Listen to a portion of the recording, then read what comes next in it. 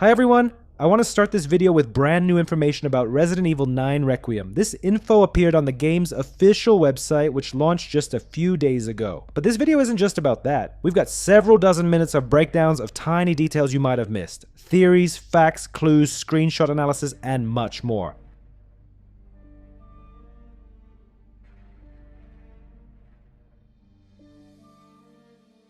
We'll start with the new information, move on to gameplay screenshots and leaks, take another look at the trailer, and analyze theories from those who played two 30-minute demo versions at Capcom's office in Japan. Make sure to subscribe to the channel if you haven't already. Let's begin. On the official website, additional information appeared about Raccoon City, which we saw in the trailer. Here's what it says.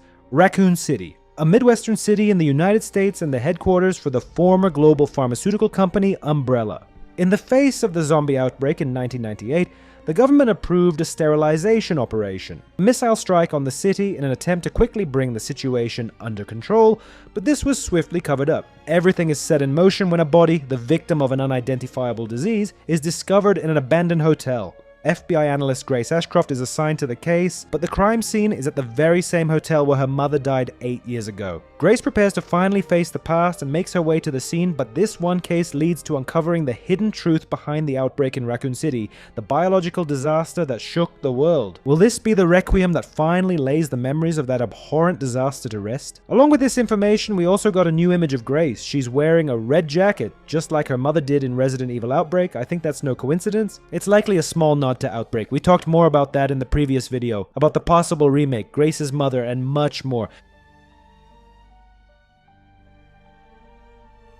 Today we'll also talk about her mother, since she might actually become our enemy in the game. But another key detail everyone's talking about is the possible appearance of Leon in the game. Some fans believe that Grace isn't even the main character. Some even think that one of the wrecked cars near the police station belongs to Leon, and that this is a small hint at his appearance in the game. Another theory floating around online is that Leon is depicted on that missing persons poster. And honestly, I don't really think so, but there is some resemblance.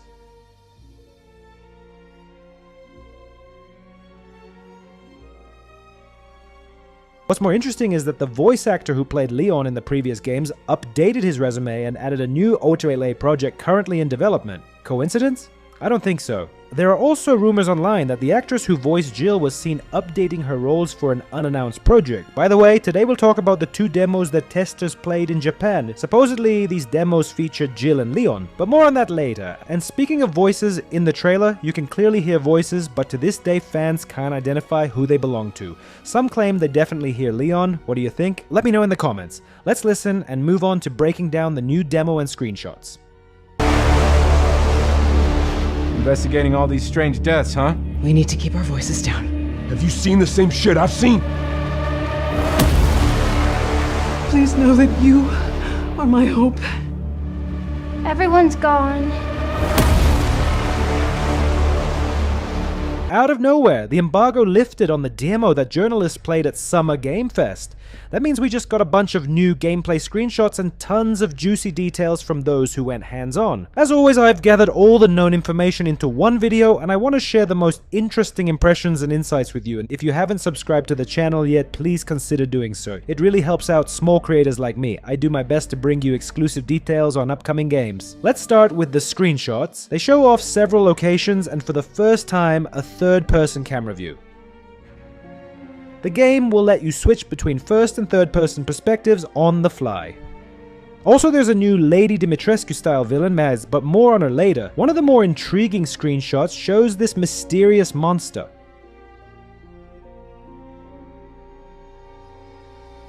It's hard to make out, but it instantly reminded me of the werewolves from Resident Evil Village. You can also see how locked doors with special keys are designed, which suggests a lot of puzzle solving similar to Resident Evil 2.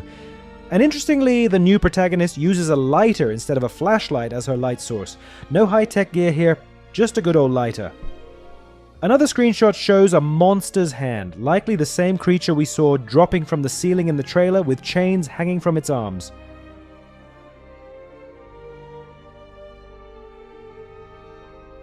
We even see the same location in another screenshot without the monster, confirming that this area is where the demo takes place. Other places like the hospital wing and a creepy room with a chair also seem to be in the same setting. It all feels very hospital-like. And actually reminds me of a theory I once covered about an old closed-door Capcom event where someone claimed to have played a Jill Valentine hospital demo. If you're curious, you can check that video out here. But now let's dive into what journalists who played the demo are saying. GameSpot writes, having now played a small portion of the game, I can confirm it's both third and first person. You can switch perspectives from the pause menu at any time, unlike Village where third person was added later and required a separate save file. Capcom clearly wants Requiem to feel great in both modes, just like the RE2, 3, and 4 remakes. Cinematics are shot with third person in mind, showing protagonist Grace actively interacting with scenes, unlike Biohazard or Village, which stayed locked to first person. The demo starts with Grace Ashcroft, an FBI technical analyst and new face for the franchise, strapped upside down to a gurney. No context, no explanation.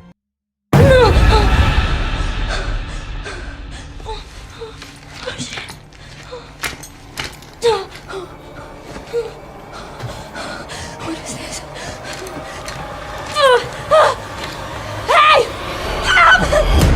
She eventually breaks free, and the exploration begins in what feels like a century-old medical facility. Not a hospital, but maybe a mansion's private clinic. The game emphasizes darkness, blown fuses, dead ends, and hallways you can't navigate without light. It felt most effective in first person, creating a sense of claustrophobia and dread. Grace finds a key, a lighter, and even a creepy children's book. The lighter is essential, like in Code Veronica, letting her explore pitch black areas. Then comes the encounter, with a massive, grotesque humanoid woman with huge eyes, likely the game's equivalent of Mr. X or Lady D. She lifts you like a rag doll and tries to gnaw on your head. I had to sneak around her trying to grab a fuse and escape. While stressful, the whole section gave me deja vu, reminded me of Village's Beneviento house.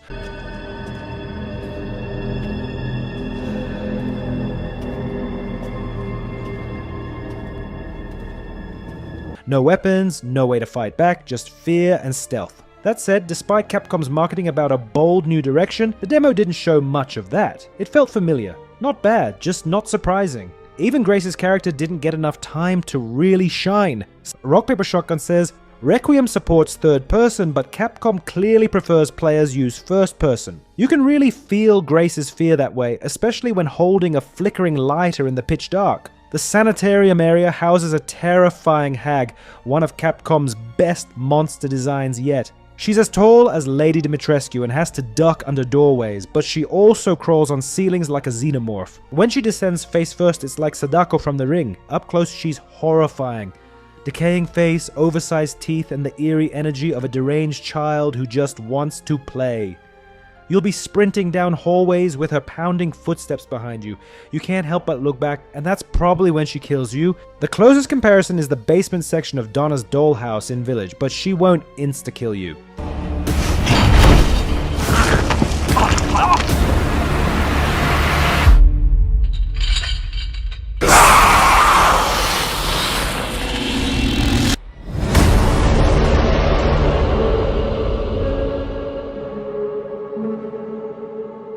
Still, there's no combat in this part. You'll be solving puzzles. Screwdriver in one box, fuse in another, and a lot of backtracking. As every horror fan would say, death to all janitors, and I never hid my tools like the Holy Grail. IGN's impression adds, there's been speculation about whether Grace is the true protagonist, but she stands out thanks to her vulnerability. I'm curious to learn more about her backstory, especially if she connects to the Resident Evil Outbreak games. One of the new monsters reminded me of the creature from Barbarian. Fun fact.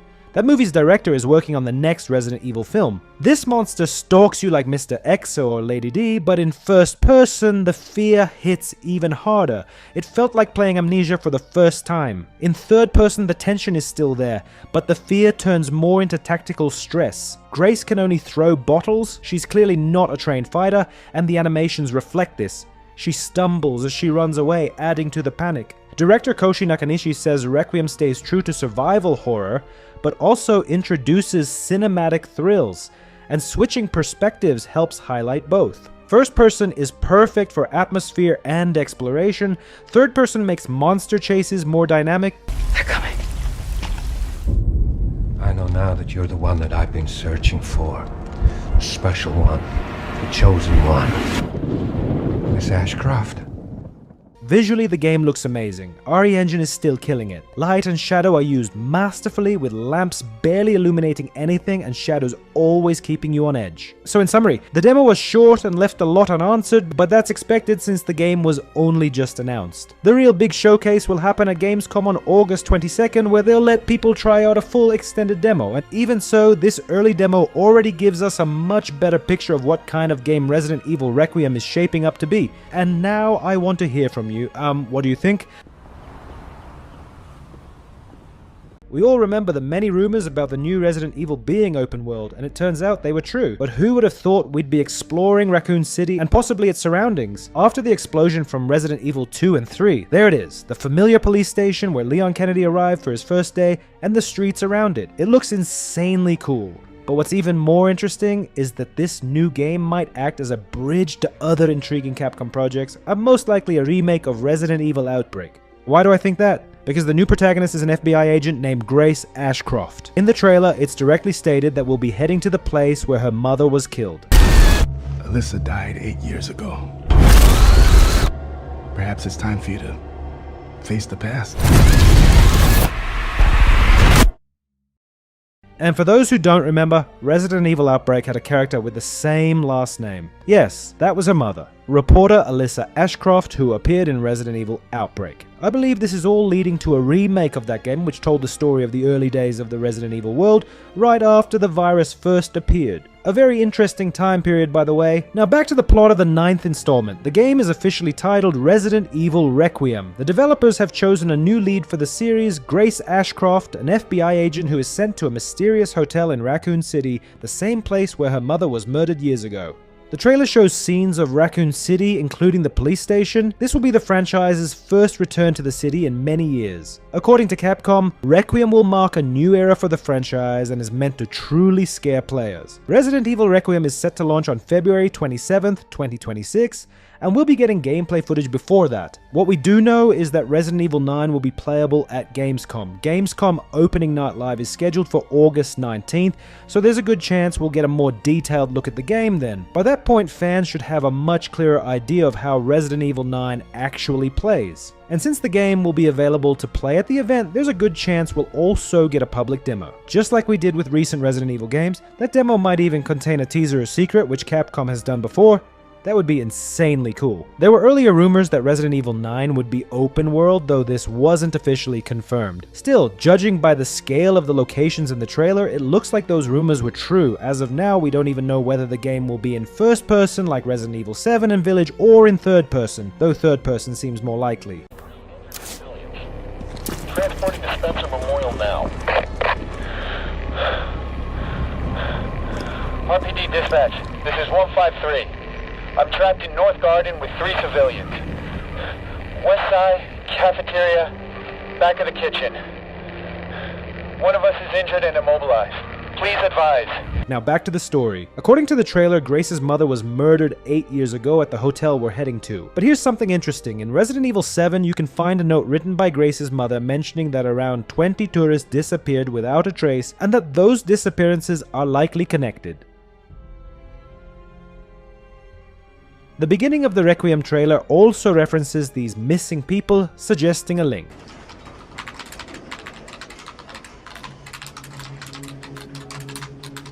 Also, immediately after the announcement, new insider speculations appeared online claiming that Leon Kennedy will be in the game. These speculations match previous leaks which stated that the game would feature multiple playable characters, including a female lead and a male character, likely Leon. At one point in the trailer, we even see a mysterious hooded figure, who could be anyone, but is likely a familiar character. Otherwise, why hide their identity so carefully? Alyssa Ashcroft, Grace's mother, was probably killed because she dug too deep while investigating and reporting on these disappearances. That note, by the way, is dated 2016, meaning she was still alive at that time. Resident Evil 2, for comparison, took place in 1998. So when does the game actually take place? Let's try to figure it out. The note from Resident Evil 7 is dated 2016. The events of Resident Evil 7 and Village span 2017 to 2021. To maintain a consistent timeline and show the consequences of those events, the developers moved Requiem a few years forward, to 2027. In the story, Grace's mother was killed 8 years ago, around 2019. That timeline makes sense and fits neatly into the broader Resident Evil narrative without conflicting with previous events. It's safe to assume that the game takes place in 2027. More than 30 years have passed since the Raccoon City explosion, which explains why the city looks so forgotten and abandoned. Investigating all these strange deaths, huh? We need to keep our voices down. Have you seen the same shit I've seen? Please know that you are my hope. Everyone's gone. This means that Resident Evil 9 will be the most modern chapter in the franchise so far. And if older characters do return, they'll likely be quite a bit older. Let's not forget that Leon was at least 25 in 1998, so by 2027 he will be pushing 50. In a brief shot in the trailer, we seem to get a third-person view of Grace walking down a corridor in a red jacket, just like in the key art. This could be a hint at third-person gameplay and a visual reference to her mother's outfit. In another scene, we see a man being suffocated with a plastic bag.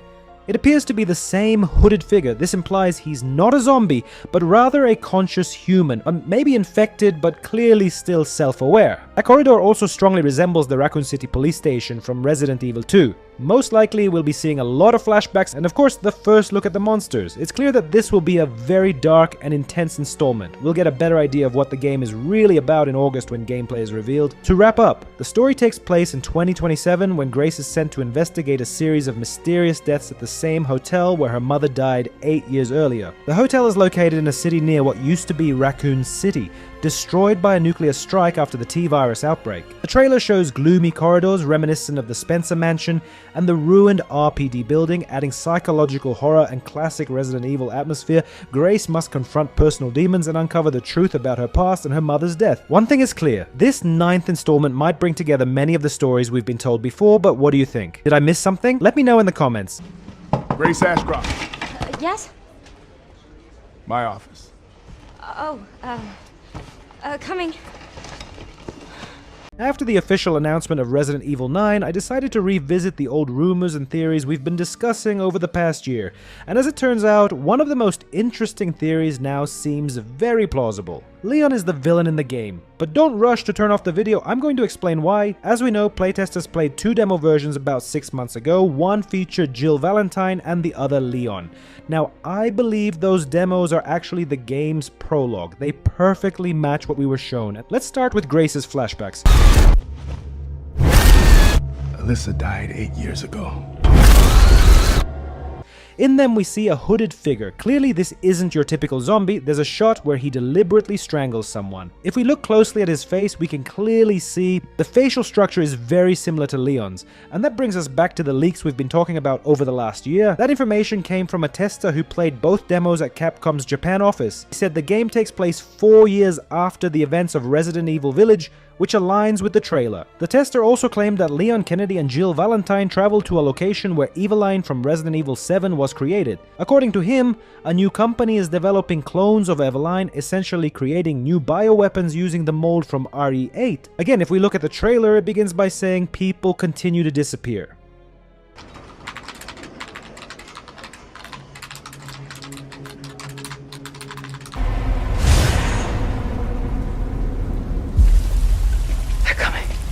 Coincidence? I don't think so. Maybe people are being turned into these new bioweapons. Now for the most interesting part. The tester said both Leon and Jill get infected by the mold and suffer from hallucinations throughout the game, hearing Eveline's voice. Let's think back to that hooded figure. Could that be an infected Leon? And let's not forget how the villagers looked in RE8. The resemblance is definitely there. The tester also mentioned that in Leon's demo, he was hunted by a mysterious creature. In Jill's demo, she was stalked by a humanoid goat-like being. Let's get to how Leon is captured in the demo. So according to the tester, the game includes a forest, hospital, lab, temple, and some residential building, possibly the hotel Grace visits. The description matches. The tester also said the main villain is a man named Mr. Simon, who runs a bioweapons facility on an island. Now think back to that mysterious man in the trailer. Clearly a major boss. I know now that you're the one that I've been searching for. The special one. The chosen one. Miss Ashcroft? Tester said Leon and Jill are the main playable characters, while Chris Redfield and Barry Burton assist remotely via radio. That actually makes a lot of sense, especially since the trailer shows the Raccoon City Police Department a central location for both Leon and Jill. It would be strange to feature that location without those characters. Interestingly, the tester noted that Leon looked older in the demo, with stubble and a worn-out appearance. The trailer confirms that RE9 is set in 2027, which lines up with Leon being almost 50 years old. Another match. What's more, the insider said the game would be announced before May 2025, and he was almost right. The official reveal happened in June, just 1 month later. Back to the Leon demo description. Leon appeared on a beach at night. He was on Simon's Island. He then made his way into a dense forest near Simon's lab searching for it. In the woods, he encountered axe-wielding zombies resembling the villagers from RE4. Eventually, Leon was chased by a woman who turned into a swarm of flies and summoned dog-like creatures to hunt him. He also stumbled upon people praying to the moon. The player described it as a terrifying escape sequence with unkillable enemies. Jill's demo took place in a hospital on the same island, so it's safe to assume both characters went there to find Simon. Jill was hunted by a giant goat-man hybrid. The hospital had new mold-infected zombies, and Jill's goal was to find an antidote. The hospital was a large location full of puzzles, secrets, and a stalking goat creature who couldn't be killed and would spy on Jill. There were many moon symbols on the walls, and remember, in Leon's demo, zombies were shown worshipping the moon. So putting all this together, we can theorize that Leon and Jill arrived on the island, Leon got infected by Simon's new mold strain, and Jill went to the hospital to find a cure. But since both face unkillable enemies, there's a chance they're eventually captured and may become antagonists later in the game. That hooded figure might be proof of that. Why hide his face so much unless it's someone familiar? Could it be Leon? What do you think? Leave a comment below. Also, the mysterious villain is clearly involved in kidnappings as shown in the trailer with the line, "Then we see Grace Ashcroft being captured." Coincidence? I don't think so.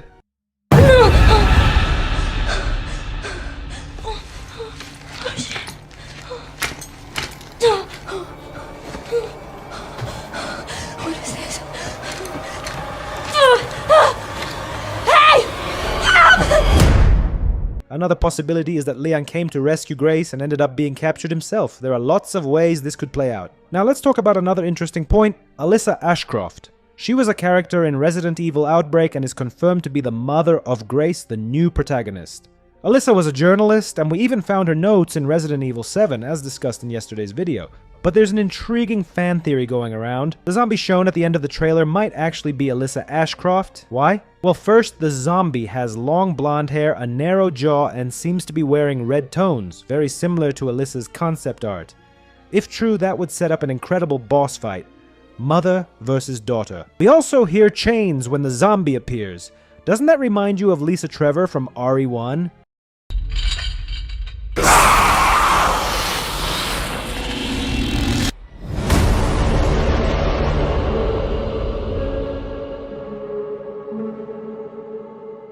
She was also chained and was one of the game's bosses. If you look closely at the monster shown in the corridor, you can clearly see chains on its arms. Could Grace's mother become one of the monsters stalking us throughout the game? That would be terrifying. Yes, a lot of this video is based on theory, but there's a certain logic to it. What do you think? Share your thoughts in the comments. I'd love to read them.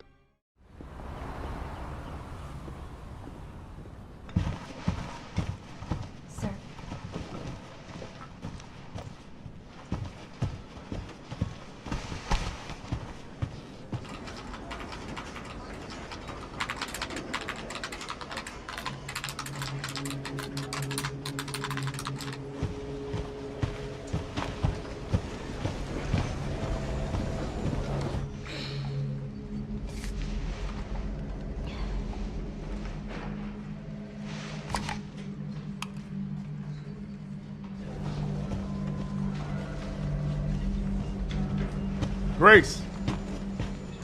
Grace! Grace Ashcroft. Yes? My office. Oh, coming.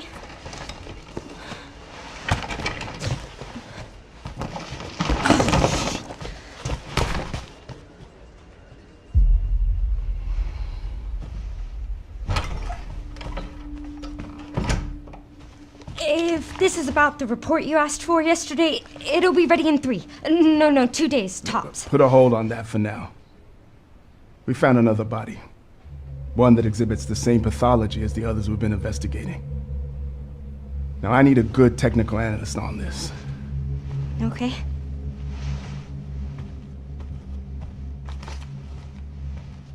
I need your eyes on the crime scene. The Renwood Hotel.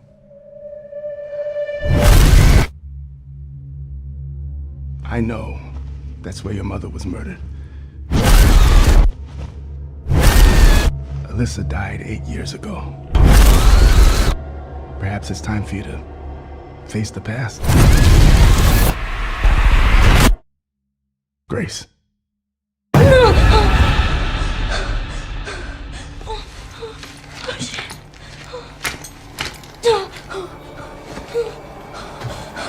What is this?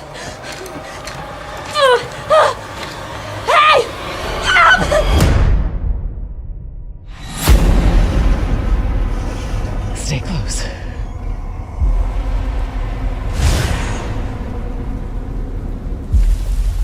They're coming. I know now that you're the one that I've been searching for. The special one. The chosen one. Miss Ashcroft.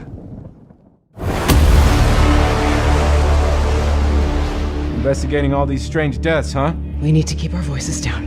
Have you seen the same shit I've seen? Please know that you are my hope. Everyone's gone. Stay away from that!